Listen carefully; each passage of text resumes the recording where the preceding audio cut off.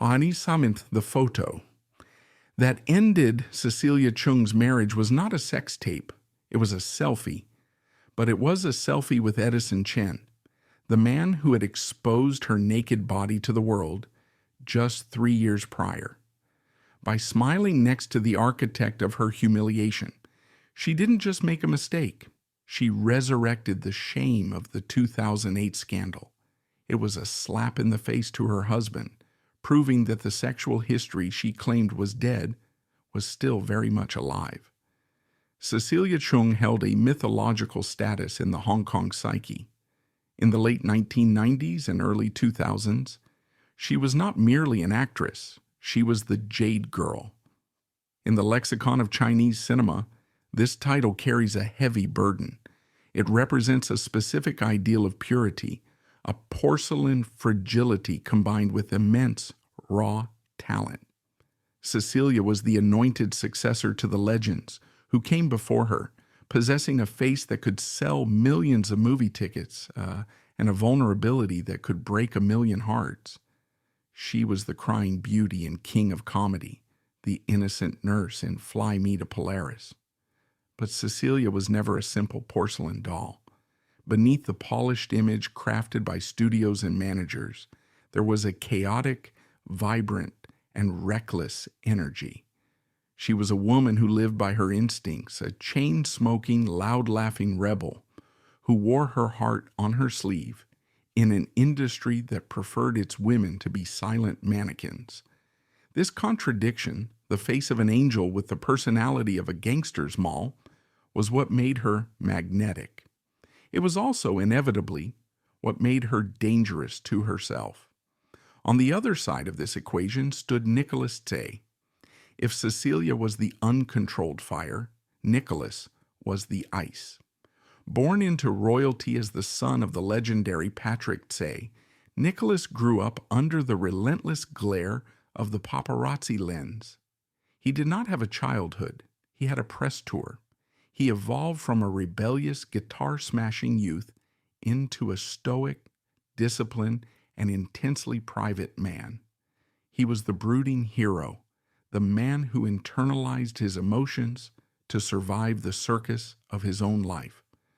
When these two forces collided, the fire and the ice, their union in 2006 felt like destiny, written by a screenwriter. They were the golden couple of the Chinese-speaking world. They represented the ultimate fantasy, the bad boy tamed by love, and the wild girl finding her safe harbor. On the surface, by early 2011, they appeared to have conquered the world. They had 2 beautiful sons, Lucas and Quintus. They had wealth that transcended simple luxury. They had the adoration of millions. If you looked at the glossy magazine covers in April 2011, you saw a picture of domestic perfection, but the facade is always brightest just before it collapses. The foundation of this marriage was not built on solid ground. It was built on a fault line, and that fault line had a name, the 2008 scandal. The year 2008 was not merely a scandal. It was the September 11th of the Hong Kong entertainment industry. Over 1,300 explicit photos were leaked during the Lunar New Year, turning a time of family celebration into a collective voyeuristic frenzy.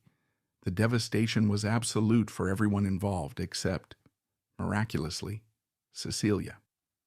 Jillian Chung, the other high-profile Jade Girl implicated, saw her career incinerated overnight.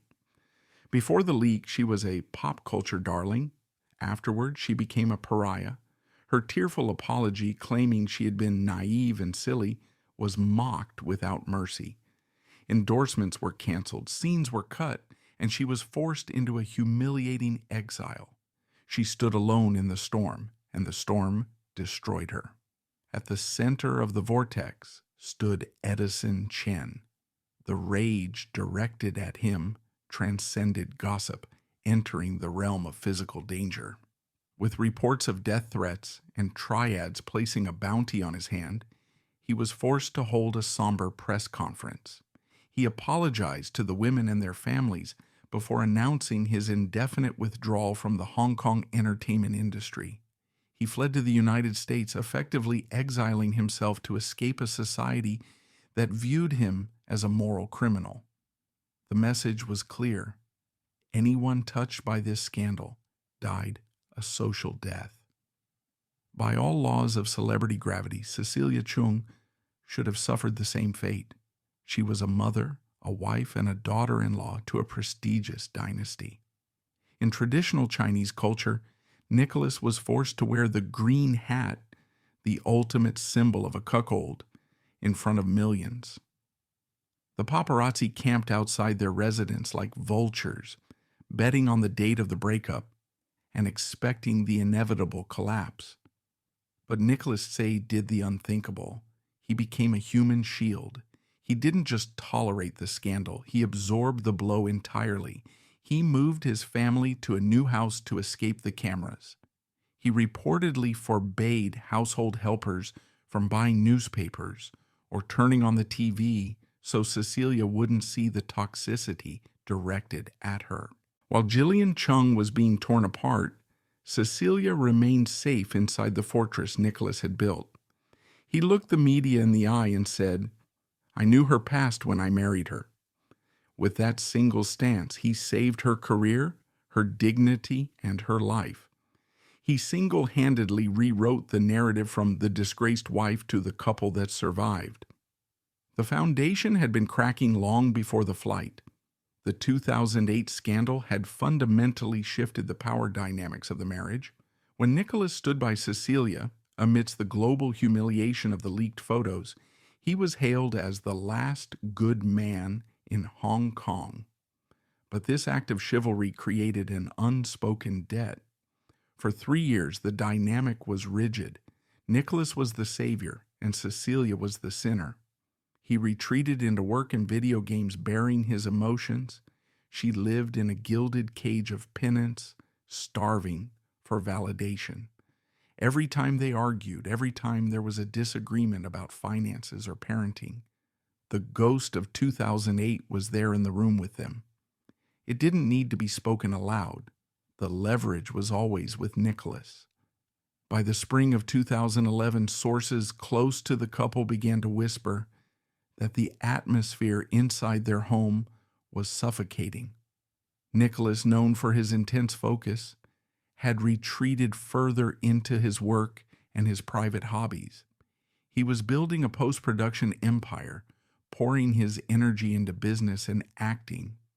At home, he was often described as distant, retreating into video games, shutting out the world to cope with the pressure of being Nicholas Tse. Cecilia, on the other hand, was a woman who thrived on connection and validation. The silence of her husband must have felt like a punishment, a constant reminder of her past transgressions. In the months leading up to May 2011, Cecilia Chung's psychological state was fragile. She had spent 3 years being the repentant wife. She had lowered her head. She had focused on her children. She had tried to be the woman Nicholas needed her to be. But repression has a shelf life. The wild child inside her was dormant, not dead. There is a sense that she was starving for validation, not as a mother, not as a penitent sinner, but as a desirable, exciting woman. The narrative of the good wife is exhausting to maintain. It requires constant vigilance. It requires you to kill parts of yourself that are inconvenient. For 3 years, Cecilia had done exactly that. She had avoided Edison Chen. She had avoided the party girl lifestyle. She had played by the rules. But the human psyche is rebellious.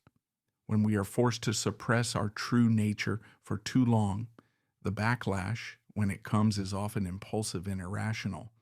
The tension was palpable at the 30th Hong Kong Film Awards on April 17, 2011, less than a month before the incident. Nicholas Tse won the Best Actor award for his role in The Stool Pigeon, a validation of his career that allowed him to finally step out of his father's shadow. When his name was announced, the camera cut to Cecilia. She was weeping. Tears streamed down her face. It was a beautiful, cinematic moment. The loyal wife, overcome with pride. But look closer at the footage. There is a desperate quality to her emotion. Was she crying out of joy? Or was she crying because this public victory felt so at odds with their private reality? That night, they walked the red carpet hand in hand, looking like royalty. But insiders at the event noted a certain stiffness. The chemistry that had once crackled between them seemed forced, a performance for the cameras. Behind the closed doors of their luxury apartment in Tycoon, the silence was growing louder. Reports from that period suggest that communication had broken down almost completely. They were living parallel lives. Nicholas was the stoic provider, emotionally unavailable, perhaps resentful of the drama that constantly surrounded his wife despite his efforts to bury it. Cecilia was the lonely spouse, trapped in a gilded cage of her own making, owing a debt of gratitude that she could never fully repay. This was not an isolated incident. It was a spark landing on a pile of dry tinder.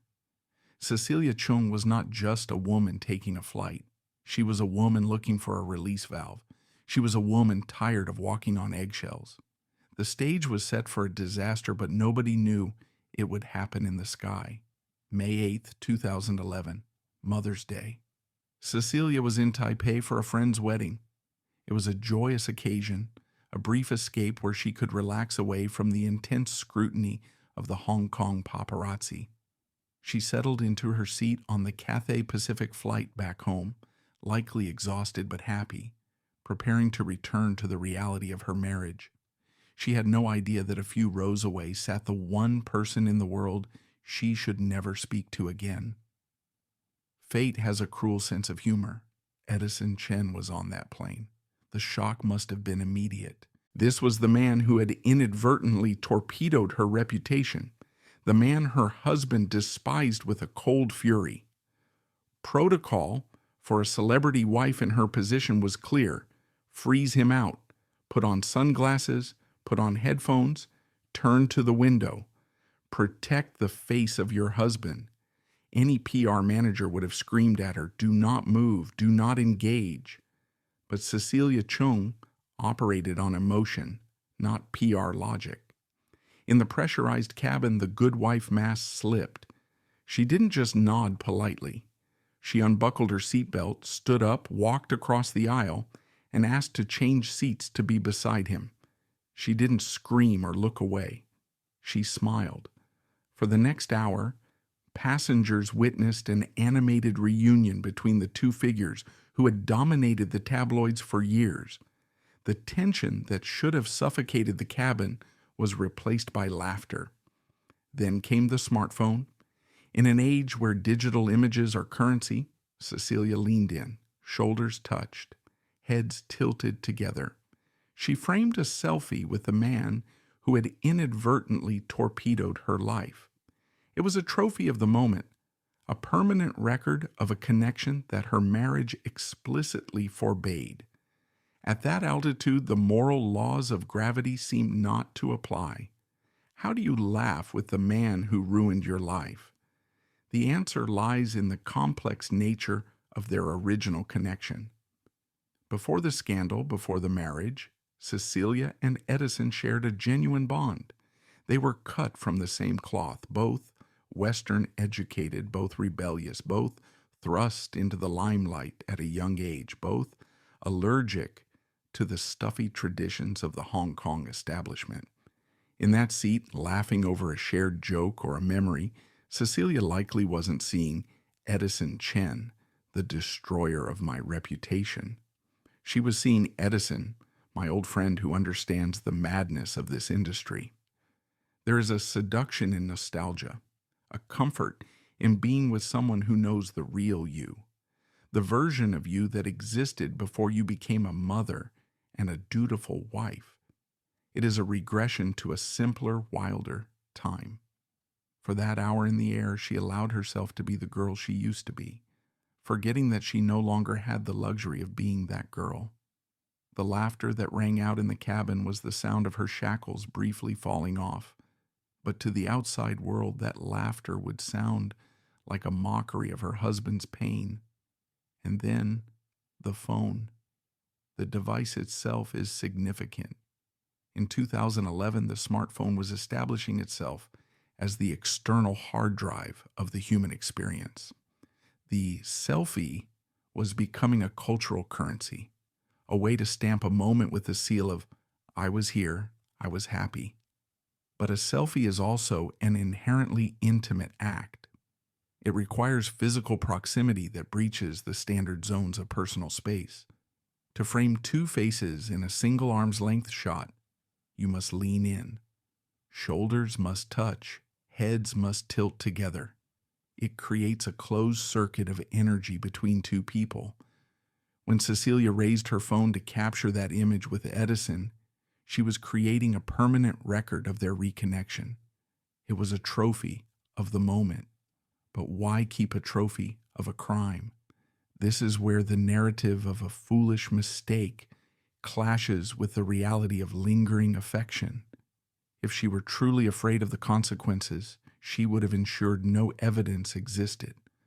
By taking the photo, she was essentially saying that the joy of the moment outweighed the risk of the aftermath. It was a gamble of breathtaking stupidity or a subconscious act of self-sabotage. Perhaps deep down she wanted to get caught. Perhaps the pressure of being the perfect wife had become so suffocating that she blew up the marriage just to breathe again. We may never know her conscious intent, but the subconscious drive to document the forbidden is a powerful force in human psychology. The role of the witnesses on this flight cannot be overstated. We often think of scandals as private events that become public, but this scandal was public from its inception. The cabin was filled with other passengers, affluent travelers who moved in the same social circles or simply recognized the most famous faces in Asia. They were the Greek chorus, observing the tragedy unfold. In the modern era, there is no such thing as a private moment for a celebrity. Every stranger is a potential paparazzo. Every flight attendant a potential source for a tabloid. Cecilia's failure to recognize this surveillance state is baffling. She acted as if she were invisible, wrapped in the cloak of the skies. But the eyes watching her were recording every detail: the seat change, the body language, the laughter, the phone. These details would not stay on the plane. They were already being packaged into anecdotes, ready to be sold or shared the moment the wheels touched the tarmac. The irony is tragic.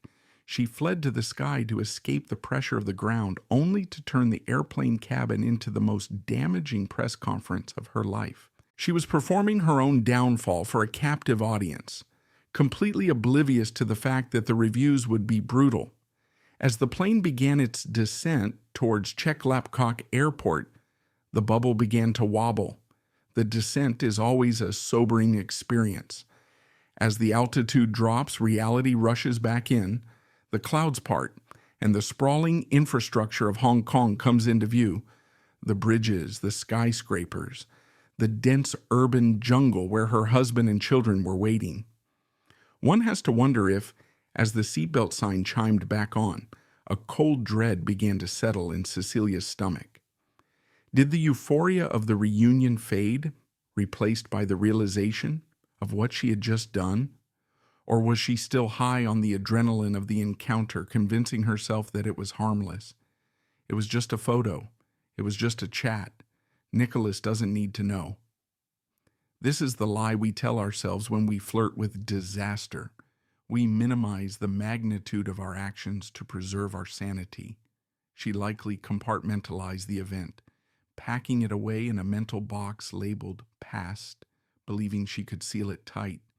She prepared her face, putting the good wife mask back on, checking her makeup in the reflection of the window, ready to step off the plane and resume her role. The landing gear deployed. The tires screeched against the runway. The physical jolt of landing marked the end of the dream state. The transition was complete. She was back on the ground, back in the territory of Nicholas Say. The tragedy of this moment lies in the silence that followed. When she disembarked, collected her luggage, and walked through the arrivals hall, she carried the secret with her. She didn't call Nicholas to say, "You won't believe who I saw." She chose silence. And in a marriage built on the fragile recovery of trust, silence is not empty. It is full of deceit. That silence was the fuse burning down. Every hour that passed without her confessing to the encounter made the eventual revelation more damning. If she had controlled the narrative immediately, perhaps the outcome would have been different. But by hiding it, she gave the power to the witnesses, to the media, and to Edison Chen himself. She walked out of the airport and into the humid Hong Kong air, getting into her waiting car, returning to the multi-million-dollar home in Taitam, greeting her husband, who was likely unaware that the woman walking through the door was no longer the same woman who had left. She had brought a ghost home with her, tucked away in the digital memory of her phone and the unspoken guilt in her heart. The domestic peace of the Say household was now a ticking time bomb, and the countdown had already begun. The days immediately following the flight were a masterclass in dramatic irony.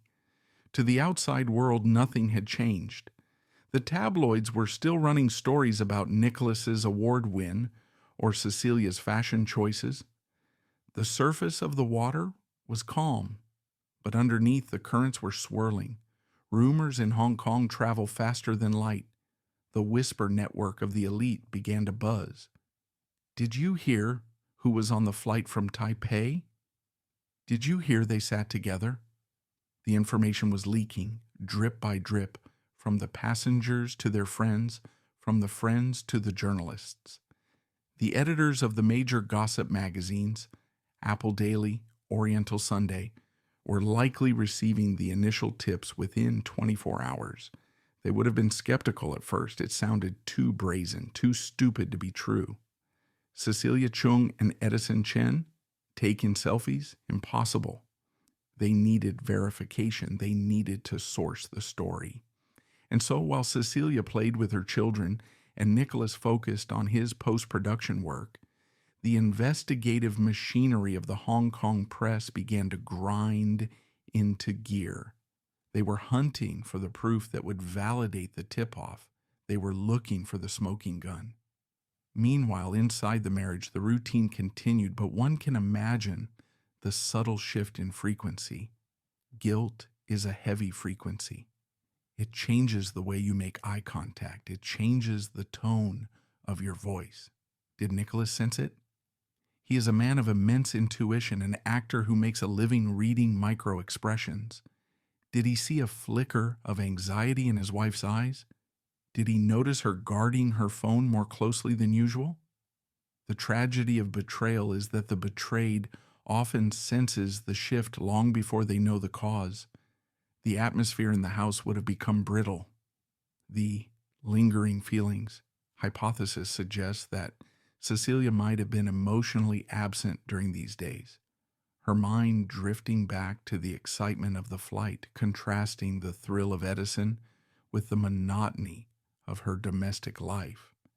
This emotional withdrawal is often the precursor to the explosion. She was physically present, but spiritually halfway out the door, caught in the reverb of the encounter. The tension of those intermediate days is the stuff of noir thrillers. It is the protagonist walking through a minefield, thinking they have cleared it, while the camera pans down to show the tripwire just inches from their ankle. Cecilia likely convinced herself that the danger had passed. No one saw. It's fine. This is the ultimate hubris of the celebrity. They believe they can bend reality to their will, but reality is stubborn. The story was gathering momentum. The selfie scandal was not just a piece of gossip. It was a narrative weapon that perfectly fit the existing prejudice against her. The media had always painted her as unstable, as wild. This story confirmed their bias. It was too good not to print. The editors knew that once this story broke, it wouldn't just sell papers, it would define the year.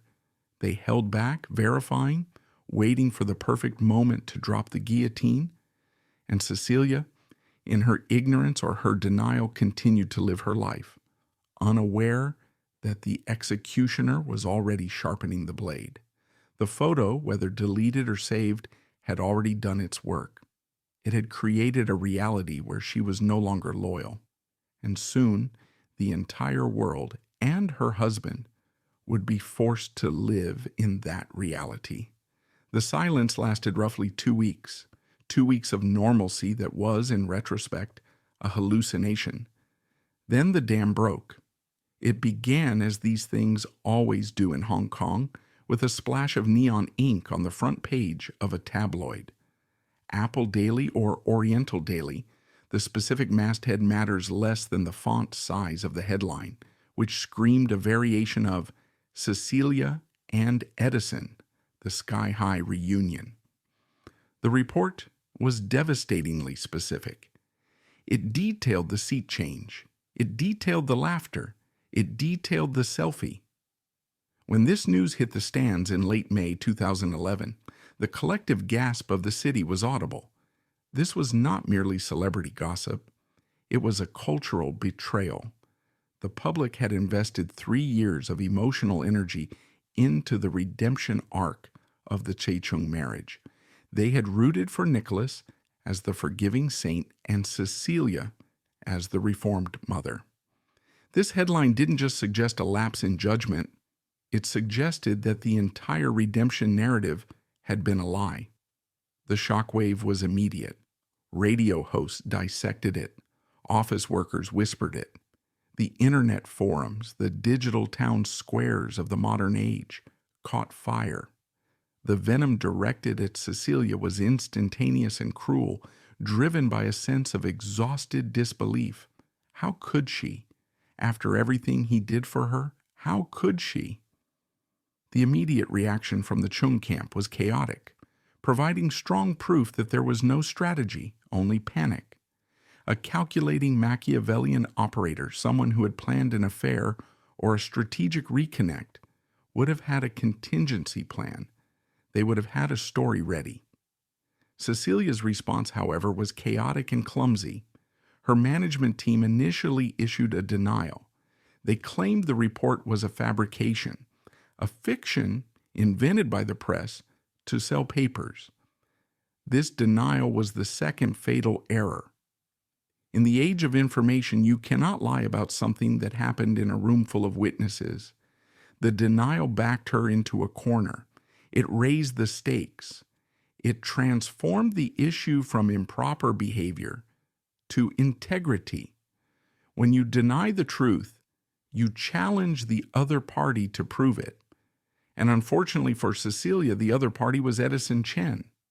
Edison Chen's role in the fallout is crucial to understanding the foolishness of Cecilia's actions. By engaging with him on the plane, she wasn't just engaging with an ex-lover. She was engaging with a loose cannon. Edison, when pressed by the media in Taiwan shortly after the news broke, did not protect her. He did not maintain the silence. When asked about the encounter, he confirmed it. "Yes," he said essentially, "we met. It was good." With those few words, he inadvertently pulled the rug out from under Cecilia's denial. He exposed her as a liar. This creates a fascinating psychological portrait of Cecilia's judgment. She trusted the discretion of a man who had already proven catastrophically that he could not keep a secret. She placed the stability of her marriage in the hands of the man who had previously destroyed it. This is the definition of foolishness, a repetitive inability to assess character and risk.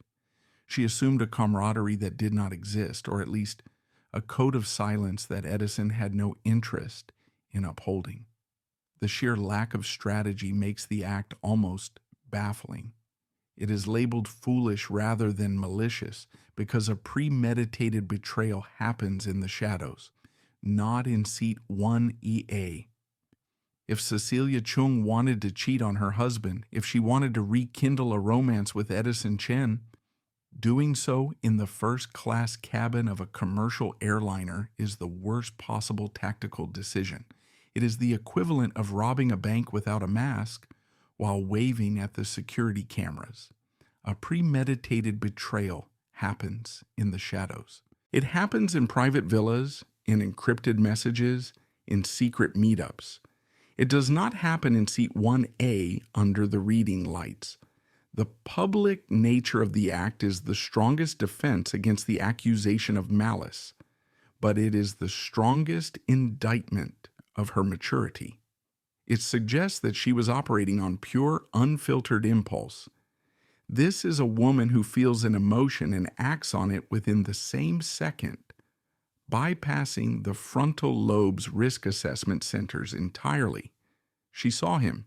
She felt a surge of familiarity, and she moved. The consequences were a problem for future Cecilia. Present Cecilia just wanted to say hello. Cecilia had survived the 2008 scandal. In her mind, perhaps she believed she was Teflon. She had walked through the fire and survived. Surely a selfie wouldn't kill her. This is a common cognitive distortion among the ultra-famous. They begin to believe that the rules of cause and effect are suspended for them. She likely viewed the encounter as a personal triumph. Look, I can face my demons and laugh, without realizing that to her husband, she wasn't facing a demon. She was flirting with one. She failed to practice perspective-taking. She could not step outside her own body and see how the scene looked to Nicholas. To her, it was closure. To him, it was reopening the wound. This lack of empathy, not out of cruelty but out of self-absorption, is a hallmark of the foolish celebrity mindset.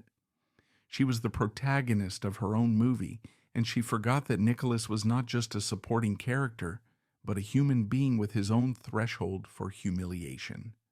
This brings us back to the green hat.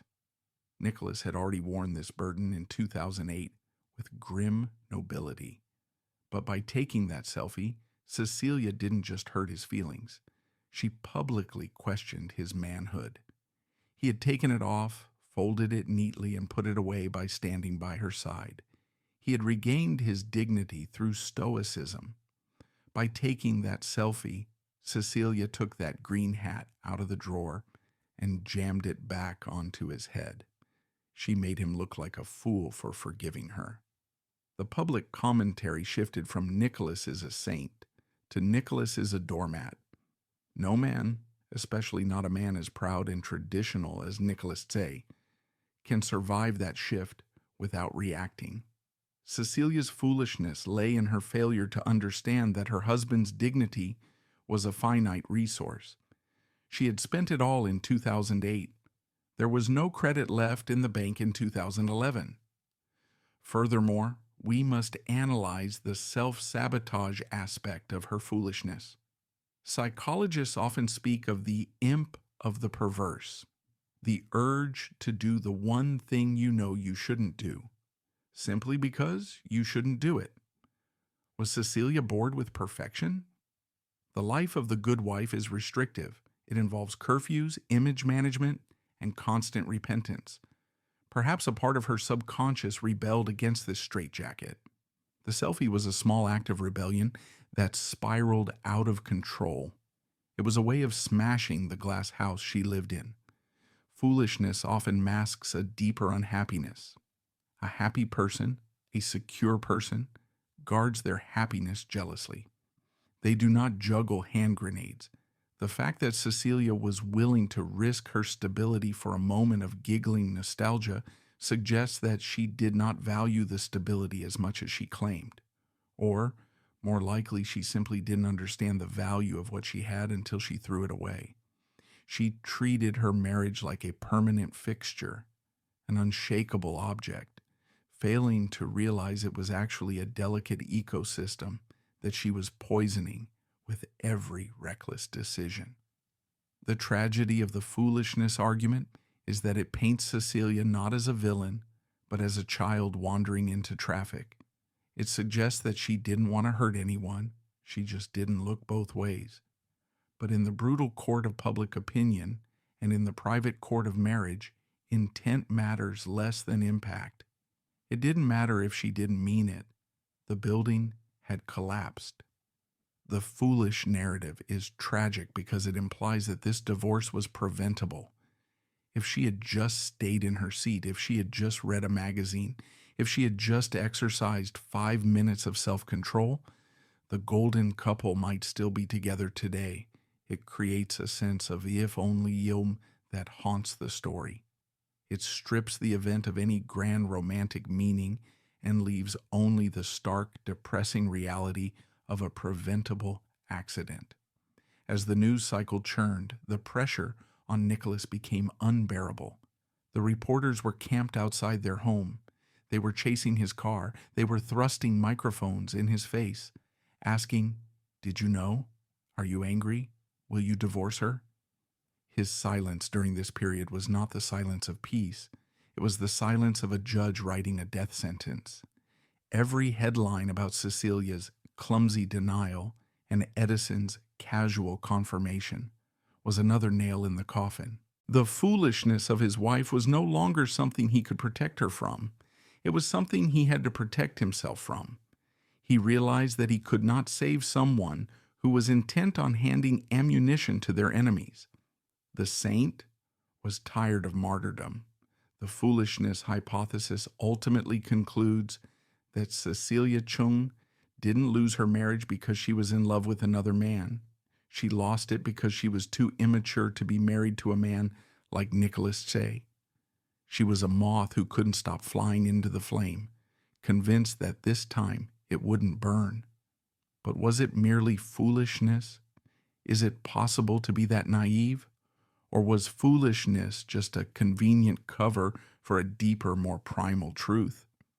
We have to consider the possibility that the Jade Girl was never truly tamed, and that the man sitting in seat 1B wasn't just a mistake, but a mirror reflecting the parts of herself she had tried and failed to kill.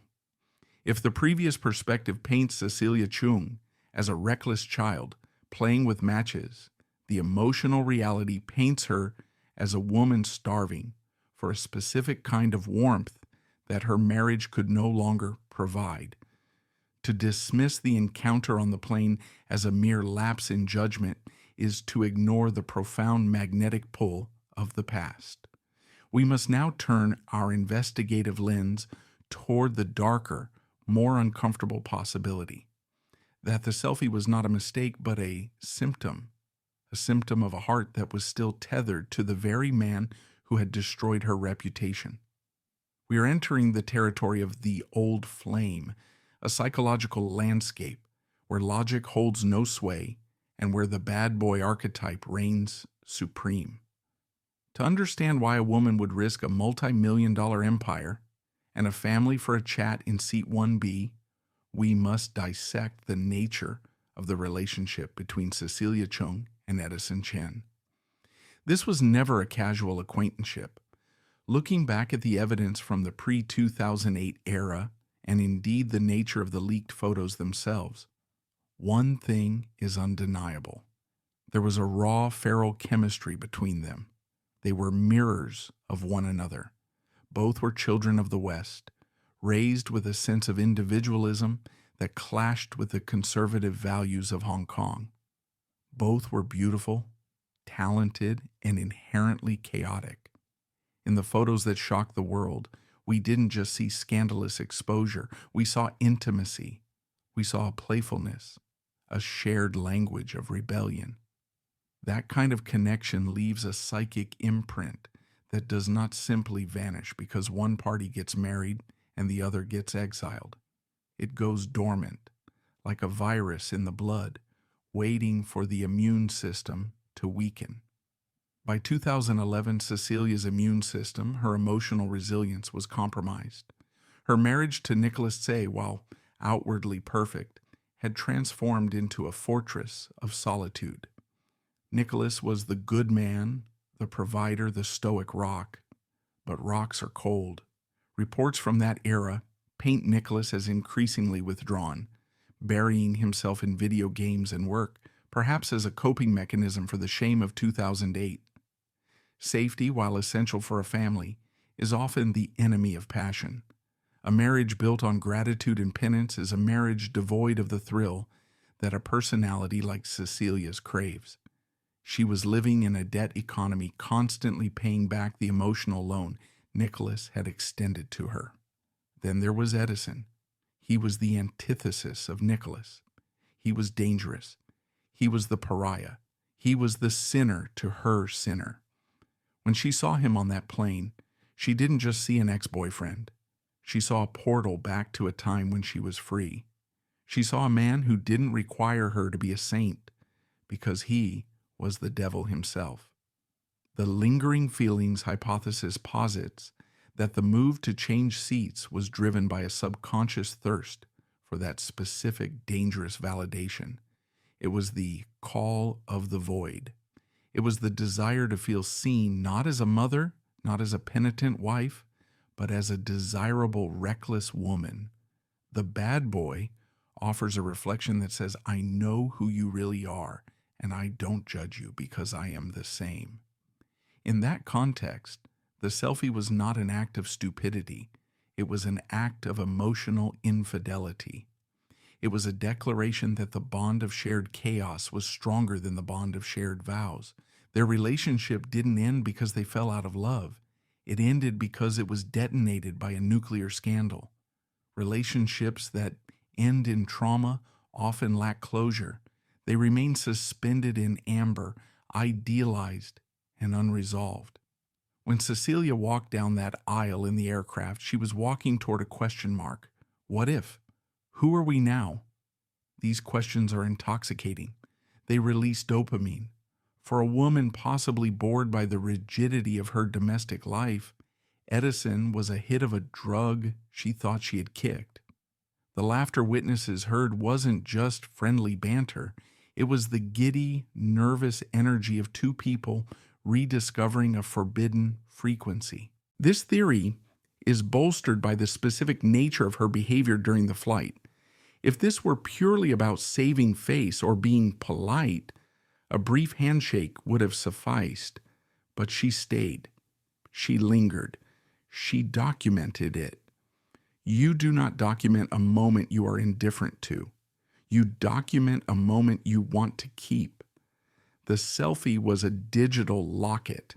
By taking it, she was attempting to freeze time, to capture a piece of Edison to take home with her, a secret talisman against the coldness of her marriage. This suggests that while she may not have intended to leave Nicholas, she was certainly not fully present with him.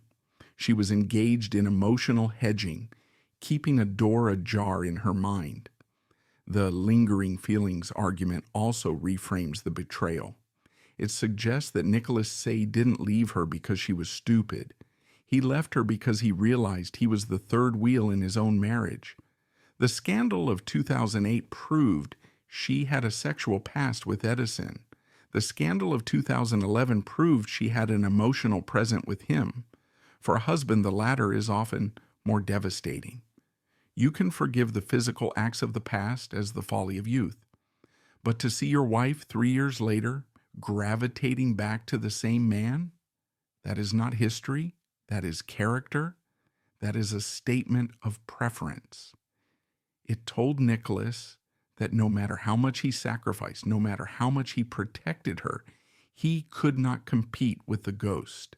He could not provide the danger she seemed to crave. Furthermore, we must look at the Stockholm Syndrome element of the scandal. Edison Chen was the architect of her humiliation, yet she sought his company. Why? Psychology tells us that victims sometimes seek the approval of their tormentors to regain a sense of power. By laughing with him, perhaps she was trying to convince herself that he didn't hurt her, but in doing so, she humiliated her protector. It was a perverse misallocation of loyalty. She gave her warmth to the man who burned her and gave the cold shoulder to the man who put out the fire. This is the logic of an emotional addiction.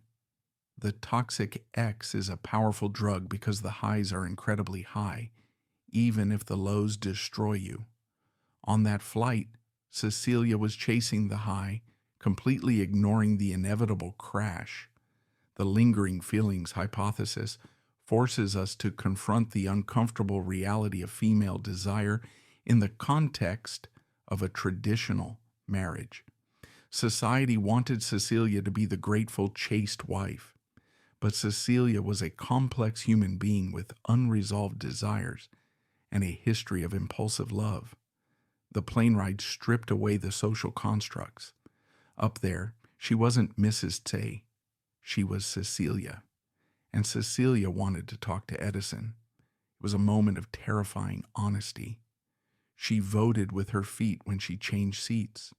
And in the brutal calculus of love and marriage, that vote was a vote against Nicholas. As the plane touched down, she might have told herself it meant nothing. But the subconscious does not lie. The act of unlocking her phone, finding the camera app, framing the shot, and smiling, that is a sequence of actions driven by affection. You don't take a selfie with your mistake. You take a selfie with your memory. And unfortunately for Cecilia, that memory was about to become her future, and her marriage was about to become her past. She had touched the flame again. And this time, it wouldn't just burn her, it would burn the house down. To fully comprehend the magnitude of the collapse, we must now turn our gaze away from the woman in seat 1A and fix it firmly on the man waiting on the ground, Nicholas Tse. For 3 years, he had been the protagonist of a narrative that wasn't of his own making.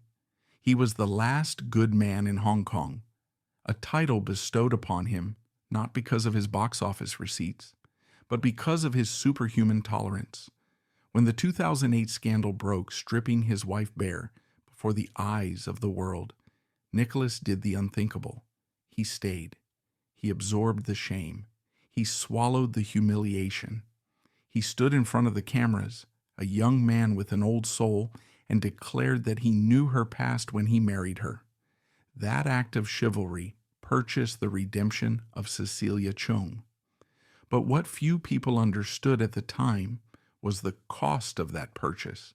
It was paid for in pride, in dignity, and in a reservoir of patience that was vast but not infinite.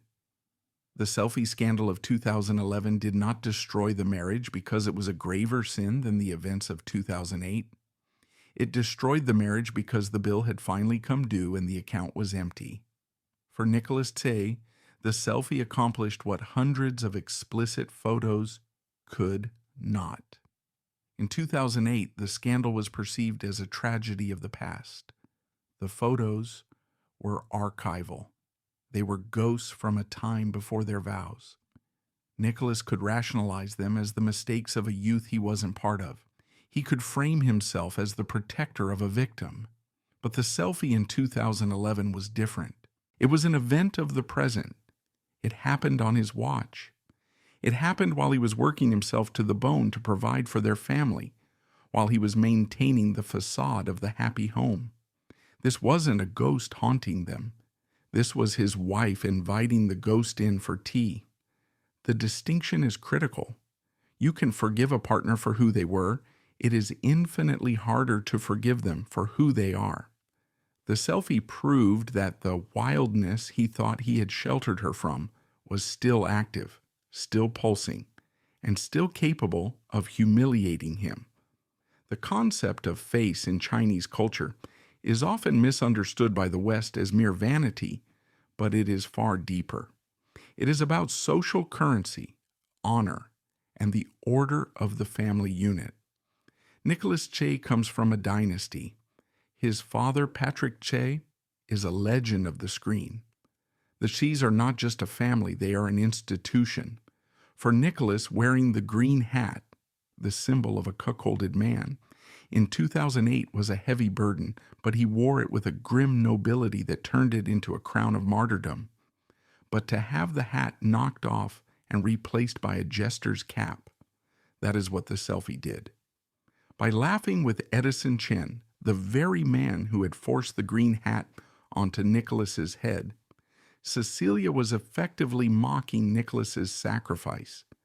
It signaled to the public that she did not value the protection he had offered.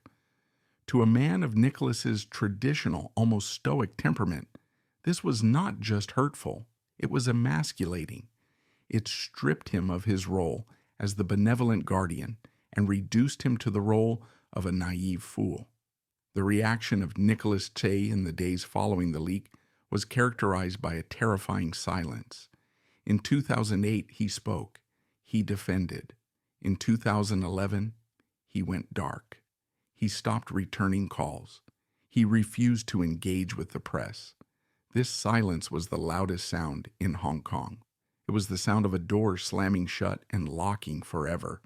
Sources from the set of his movie at the time described a man who was functioning on autopilot, professional, cold, and utterly detached. He was no longer angry. He was done. Anger implies investment. Silence implies termination. The Cold War that descended upon their home in Taitam was absolute. He reportedly refused to communicate with Cecilia directly, using lawyers and assistants as intermediaries. This is the behavior of a man who has realized that communication is futile because the foundational premise of the relationship, respect, has been incinerated. A marriage rarely ends because of a single event. It ends because of the accumulation of microfractures. The selfie was simply the hammer blow that shattered the already cracked glass. Reports suggest that the power dynamic in the Tse household had been shifting for months. Nicholas's star was rising. He was becoming a serious businessman and an acclaimed actor. Cecilia's career was stalling, her box office appeal waning. There were rumors of financial disputes, of Cecilia making erratic demands, of a growing incompatibility in their lifestyles. He was moving towards discipline. She was drifting towards chaos. The selfie brought this incompatibility into sharp, undeniable focus. It forced Nicholas to confront the reality that he and his wife were operating on different moral frequencies. He valued loyalty and discretion above all else. She valued impulse and emotion. The flight didn't just reveal a meeting with Edison. It revealed a fundamental misalignment of character. The lingering feelings hypothesis we discussed earlier likely haunted Nicholas during these dark nights. He is an intelligent man. He would have asked himself the same questions the public was asking. Why did she move seats? Why did she smile? Does she still love him? These are questions that rot the soul. Even if he believed she hadn't physically cheated on the plane, the emotional betrayal was indisputable. She had prioritized her comfort and her nostalgia over his dignity. For a husband who had weathered a media firestorm to stand by her, this ingratitude was the ultimate severance. He realized that he could never compete with the thrill of Edison Chen because he refused to be the bad boy. He had grown up. She had not. And in that realization, the love turned into a cold, hard resolve to excise the chaos from his life. The tragedy of Nicholas Tse in this chapter is the tragedy of a man who realizes his sacrifice was in vain. He had played the long game. He had swallowed his pride for the sake of the children and the golden couple myth. And in one afternoon, his wife had torched the playing field. The decision to divorce, which would come soon after, was not a decision made in a fit of rage. It was a strategic withdrawal. It was a man looking at a sinking ship and deciding to save himself and his children, rather than drown trying to patch a hole that his partner kept ripping open. The selfie scandal liberated him. It gave him the moral high ground to finally say, enough. It was the exit ramp he had perhaps been subconsciously looking for, a reason to leave that the public would understand and accept. The saint was finally allowed to take off his halo and walk away, leaving the sinner to explain herself to the emptiness he left behind. While Nicholas Tse retreated into a silence that was deafening in its finality, the streets of Hong Kong were exploding with noise. To understand the sheer velocity with which Cecilia Chung's reputation disintegrated in May and June of 2011, one must understand the unique predatory nature of the Hong Kong paparazzi. This is not the polite celebrity culture of Hollywood, where publicists broker deals for flattering covers. The Hong Kong entertainment press is a blood sport. It operates on a cycle of elevation and destruction. They build their idols out of porcelain specifically so they can hear the shatter when they push them off the pedestal. For 3 years, the press had been denied the climax of the 2008 narrative. They had sharpened their knives for a divorce that never came. Now, with the photographic evidence of the selfie, or at least the corroborated testimony of it, they had their prey. The selfie scandal was the green light for a total media assault, a public execution of the Jade Girl image that was unprecedented in its ferocity. The narrative that took hold in the newspapers, Apple Daily, The Sun, Oriental Sunday, was not one of nuance. It was a morality play, and Cecilia was cast as the villain. The headlines were brutal, ungrateful, shameless, reckless. The press framed the selfie not as a mistake, but as a moral failing. They juxtaposed images of Nicholas Tse looking haggard and hard-working on his movie sets with stock photos of Cecilia partying or looking chaotic. The visual language was clear. Here is the suffering saint, and here is the woman who is laughing at his pain. This binary narrative is intoxicating for the public. It simplifies complex human emotions into a cheering match. And in 2011, the crowd was overwhelmingly cheering for Nicholas. The sympathy capital Cecilia had accrued as a victim in 2008 evaporated overnight. The public sentiment shifted from poor Cecilia to how dare she. The selfie had activated a latent misogyny in the culture, a sense that a woman with a tarnished past should be eternally grateful to the man who saved her, and that any deviation from total subservience was an act of treason. Cecilia's reaction to this onslaught further fueled the fire. In a panic, she attempted to fight the media on their own terms. There were reports of her leaking counter-narratives, suggesting that Nicholas was a negligent father or that he was cold and unloving. This was a catastrophic strategic error. In a public relations war, you cannot attack the man who is currently wearing the halo. By trying to mudsling against Nicholas, she only made herself look more desperate and vindictive. It reinforced the foolishness hypothesis. She was fighting a war she had already lost, using weapons that were blowing up in her hands. The public didn't want to hear about Nicholas playing video games. They wanted to know why she was sitting next to Edison Chen. Her inability to address the core charge, the selfie while trying to deflect blame onto her husband, painted a portrait of a woman who refused to take responsibility for her actions. It was the behavior of a cornered animal, lashing out blindly, ensuring that the end, when it came, would be messy and public. The selfie scandal also stripped away the protective layer of her motherhood. For years, her role as the devoted mother to Lucas and Quintus had been her shield. She may be wild, the public thought, but she is a tiger mom. The scandal pierced this shield. The narrative shifted to, what kind of example is she setting for her sons? The press began to speculate on the impact of her impulsive behavior on the children. This is the ultimate weapon in the tabloid arsenal, weaponizing the children against the mother. Every photo of her holding her sons was now scrutinized for signs of instability. The selfie had transformed her from the protector of the family into the risk factor. It was a cruel and reductive transformation, But in the heat of the scandal, nuance is the first casualty. The Jade girl was dead. The toxic wife was born. As June approached, the inevitability of the divorce settled over the city like a heavy smog. It was no longer a question of if, but when. The divorce papers were not just legal documents. They were the final act of a tragedy that the whole city had been watching. When the news finally broke that the lawyers were involved, that the marriage was officially dissolving, there was a strange sense of relief. The tension broke. The golden couple was officially a myth. But the manner of the dissolution was telling. It was swift. It was decisive.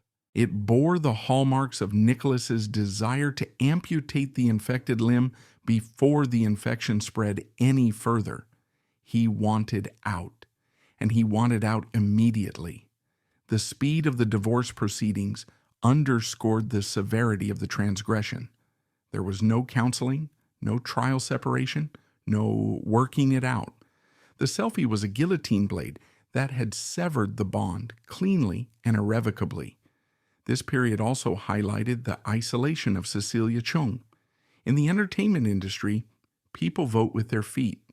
As the tide turned against her, friends went silent. Directors hesitated. Endorsements wobbled. She was radioactive. The foolishness of the selfie had cost her not just a husband, but her standing in the ecosystem of power. She stood alone in the spotlight, a tragic figure who had had everything: beauty, fame, love, family, and had seemingly thrown it all away for a moment of nostalgia at 30,000 feet. The public looked at her and saw a warning. You can survive a scandal that is done to you, 2008, but you cannot survive a scandal that is done by you, 2011. The former makes you a martyr, the latter makes you a fool. As we look back at the media frenzy of mid-2011, we see the machinery of fame in its most brutal form. It chewed up Cecilia Chung and spit her out. But we must remember, the machine needs fuel. The story of the selfie was that fuel. Even without the physical image being leaked, the mere confirmation of its existence turned rumors into facts. Cecilia hand-delivered the ammunition to her executioners. Whether driven by the stupidity of impulse or the blindness of lingering love, she was the architect of her own public demise. She pressed the button that launched the missiles and then stood in the center of the blast zone, wondering why the world was burning. By August 2011, the humidity in Hong Kong was suffocating, matching the atmosphere inside the Sechung saga. The speculation finally ended with a piece of paper that weighed more than the entire history of their romance: the joint divorce statement. When it was released, it was clinical, polite, and devastatingly vague, citing personality differences. But the public, having consumed every detail of the flight logs and the leaked rumors for 3 months, knew better. They knew that personality differences was a euphemism for the selfie. This document was not just a legal separation, it was the autopsy report of a relationship that had died of a self-inflicted gunshot wound. The speed of the collapse from the flight in May to the divorce announcement in August is the most telling piece of evidence we have. A marriage of 5 years involving 2 children and hundreds of millions of dollars in assets does not dissolve in 90 days unless the catalyst is absolute. The selfie was not a crack in the foundation. It was a demolition charge. We must scrutinize the foolishness hypothesis one last time through the lens of this negotiation. It appears that up until the very end, Cecilia may have suffered from the too big to fail delusion. In the world of high finance and high celebrity, there is often a belief that an entity is so massive, so important, and so entangled that it cannot simply cease to exist. She likely believed that the brand of Nicholas and Cecilia was too valuable to dismantle. She likely believed that the presence of Lucas and Quintus would force a ceasefire. This is a classic miscalculation of the foolish mindset, underestimating the power of principle. To Nicholas say, the marriage wasn't a brand, it was a covenant. And once the covenant was breached by the public disrespect of the selfie, the brand became irrelevant. Her tactical error was assuming that Nicholas was playing a game of leverage, where she could trade concessions for forgiveness. But Nicholas wasn't playing a game, he was exiting the stadium. The tragedy of the divorce lies in the realization of what was actually lost. It wasn't just a husband, it was a shield. For 3 years, Nicholas's reputation had been the umbrella protecting Cecilia from the acid rain of public judgment. With the stroke of a pen, she stepped out from under that umbrella and back into the storm, alone. The lingering feelings theory takes a dark turn here. If she had harbored secret desires for Edison, or for the freedom of her single life, the reality of the divorce was a brutal wake-up call. The bad boy didn't swoop in to catch her. Edison Chen was nowhere to be found in this emotional wreckage. He was simply the catalyst, not the savior. She had blown up her safe harbor for a man who was merely a tourist in her life. This reinforces the idea that the selfie was a moment of profound emotional confusion, a fleeting impulse that cost her a lifetime of security. She had traded the solid ground of a loyal partner for the quicksand of a nostalgic fantasy, and now she was sinking. The final days of the marriage also revealed the stark difference between forgiveness and trust. Nicholas had forgiven her for 2008 because he viewed her as a victim of a privacy violation. But the selfie in 2011 was an act of agency. She chose it. This distinction is what made the divorce inevitable. You can rebuild a marriage after a tragedy. You cannot rebuild a marriage after a mockery. The photo, in Nicholas's eyes, mocked his patience. It transformed his stoicism into stupidity. By leaving her, he was reclaiming his narrative. He was telling the world, I am not a fool who tolerates everything. I have a line, and she just crossed it. The divorce was his way of taking off the green hat, publicly and permanently. Let us also consider the silence of the room when the papers were signed. We often dramatize divorces with screaming matches and throwing vases, but the death of the Tycoon marriage was reportedly cold and bureaucratic. This coldness is the ultimate proof of the lingering feelings theory's destructive power. Passionate anger means there is still love to fight for. Cold detachment means the emotional connection has been severed. Nicholas didn't hate her. He was indifferent to her. The selfie had killed the romance so thoroughly that there was no energy left for rage. He simply wanted to excise the source of the chaos. For Cecilia, a woman of high emotion, this indifference must have been the cruelest cut of all. She had wanted a reaction. Perhaps she even wanted a fight to clear the air, but instead she got a transaction. The golden couple myth was arguably the third victim of this scandal. For a generation of fans, their union was proof that love conquers all, conquers scandals, conquers past, conquers rumors. The selfie proved that love does not conquer stupidity. It proved that a relationship is a fragile ecosystem that requires constant maintenance and respect. The public felt betrayed not just by Cecilia, but by the failure of the fairy tale. If they couldn't make it work, who could? The cynicism that washed over the Hong Kong entertainment industry in late 2011 was palpable. The selfie destroyed the illusion of the happy ending. It forced everyone to look at the ugly machinery of fame and ego that lurked beneath the beautiful surface. In the immediate aftermath of the announcement, Cecilia retreated. The foolishness of her actions had led to a consequence she likely never deemed possible. She was now a single mother of two in a city that blamed her for the breakup of the century. The photo on the plane had promised a moment of light-hearted connection, a bridge to her past. Instead, it burned the bridge to her present. As she sat in the wreckage of her marriage, one has to wonder if she looked at her phone, the device that caused it all, and wished she could reach through the screen and stop her thumb from pressing that button. But history does not have a rewind function. The shutter had clicked, the verdict was in, and the Jade Girl was now officially the ex-wife, destined to walk a path that she had paved with her own impulsive intentions. The ink on the divorce papers was dry, but the narrative arc of the selfie scandal had one final cruel twist in store for Cecilia Chung. If we accept the lingering feelings hypothesis that she approached Edison Chen on that plane because of a dormant affection or desire to rekindle a past flame, then logic dictates that once she was free from her marriage, she might gravitate toward him. But reality delivered a stinging rebuke. There was no reunion.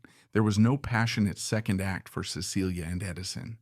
The moment the scandal broke, Edison Chen retreated back into his own life, treating the encounter with the casual indifference of a man who had nothing to lose. This is the Edison paradox, and it is the most devastating evidence supporting the foolishness theory. Cecilia Chung had torched her castle not to run away with a lover, but for a conversation that meant absolutely nothing. She had destroyed a concrete reality for a phantom. This realization must have been the true rock bottom for Cecilia in the years following 2011. To lose a marriage for love is a tragedy. To lose a marriage for nothing is a farce. The selfie didn't lead to a new relationship, it led to a void. It revealed that the lingering feelings were likely one-sided, or worse, merely a fleeting dopamine hit of nostalgia that evaporated the moment the plane landed. She was left standing in the ruins of the golden marriage, with nothing to show for it but a tarnished reputation and a smartphone full of regrets. The bad boy she had flirted with didn't offer her sanctuary. He simply provided the match that burned her life down, and then walked away. This reinforces the idea that the selfie was an act of profound, almost suicidal impulsivity, a gamble where the prize was zero.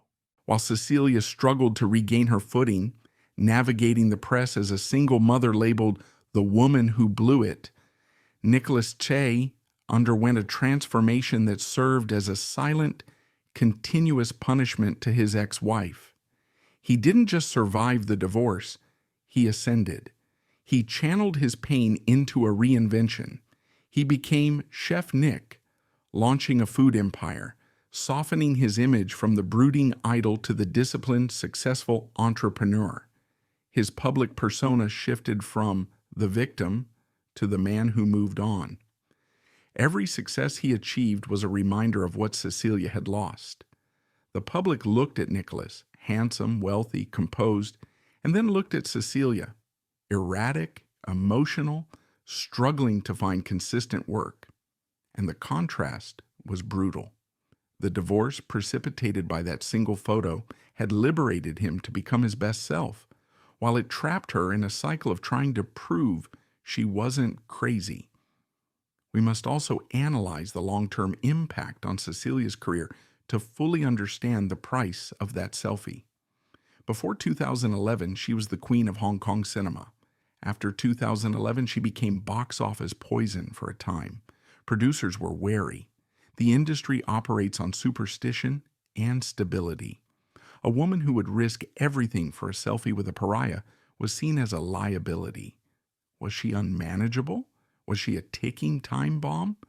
The foolishness of the act stained her professional reputation as much as her personal one. It signaled a lack of discipline. In the cutthroat world of Asian entertainment, talent is secondary to reliability. By choosing impulse over protocol on that flight, she tagged herself as unreliable. It took her years to claw her way back to respectability, a journey made infinitely harder by the fact that the public remembered the selfie better than they remembered her movies. The lingering feelings theory, however, offers a sympathetic lens through which to view her post-divorce chaos.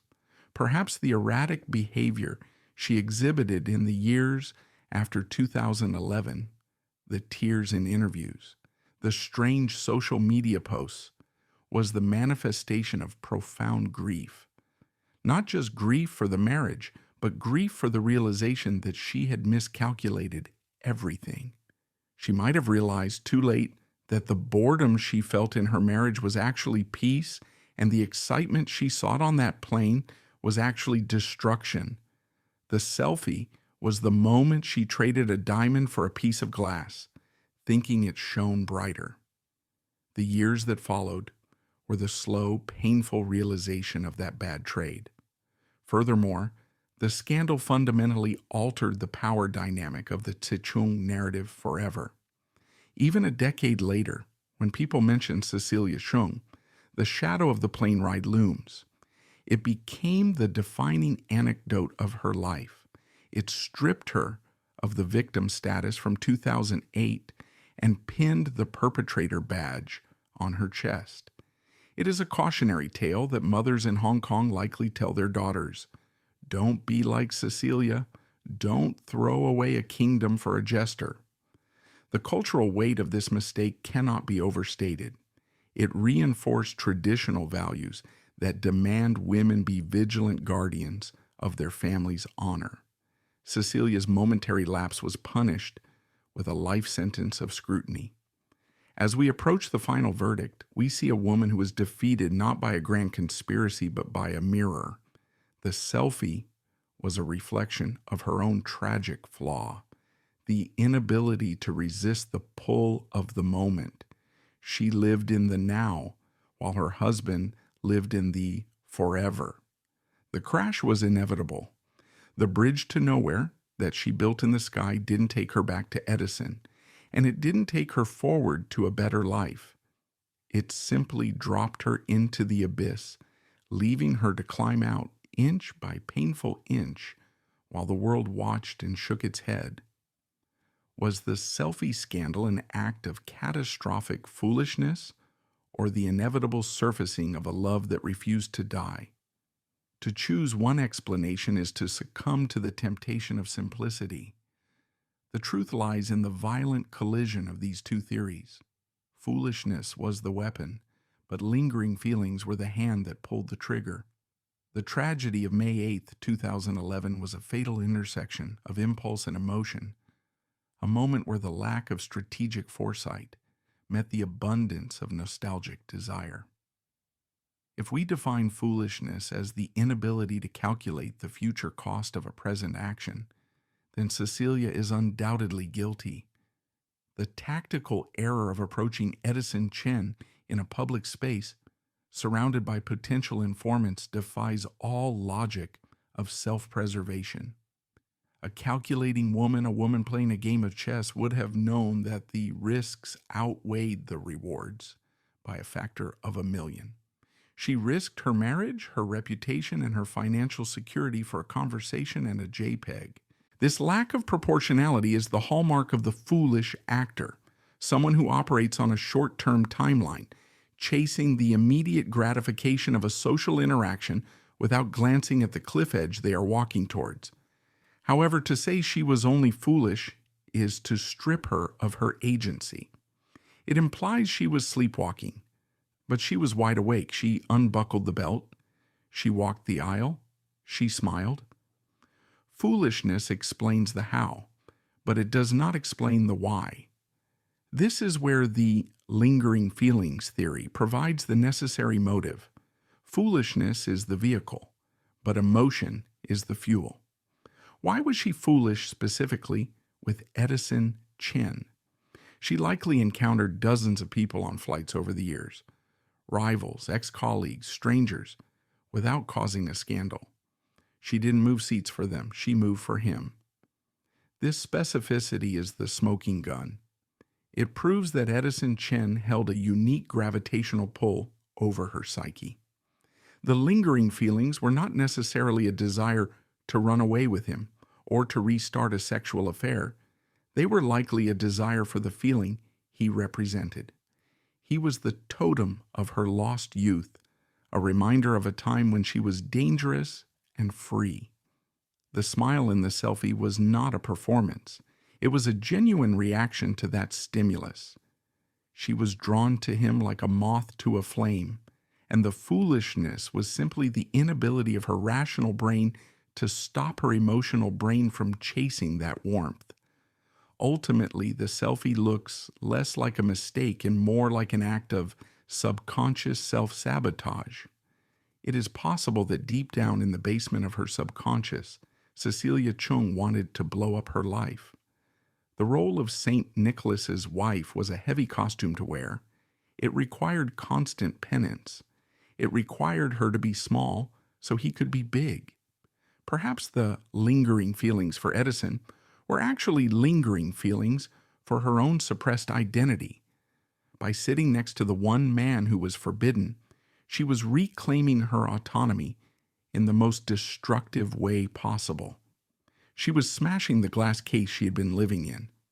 The foolishness was the method of destruction, but the drive came from a soul that was suffocating under the weight of gratitude. She didn't just take a photo with an ex-lover. She took a photo with the version of herself that she had been forced to kill to save her marriage. Nicholas Tsay's reaction confirms this diagnosis. If he believed it was mere stupidity, he might have scolded her. If he believed it was a momentary lapse, he might have grounded her, but he divorced her. He divorced her with the speed and coldness of a man who recognizes a fundamental betrayal. He saw the selfie not as a mistake, but as a statement. To him, the intersection of her foolishness and her feelings was a rejection of his sacrifice. He realized that he could protect her from the media, from the public, and even from her past, but he could not protect her from her own instincts. If her instinct, after 3 years of hell, was to run back to the source of the fire, then she was beyond saving. His verdict was silence, and his sentence was separation. The divorce that followed was swift and clinical. Nicholas did not fight. He simply exited the stadium. There was no reunion with Edison Chen. Once the marriage was incinerated, the bad boy returned to his own life, leaving Cecilia alone in the wreckage. She had torched her safe harbor not for a new life, but for a conversation that meant nothing. The marriage of the golden couple didn't end with a scream, but with a digital click. It serves as a stark reminder that some doors should remain closed and some pictures should never be taken,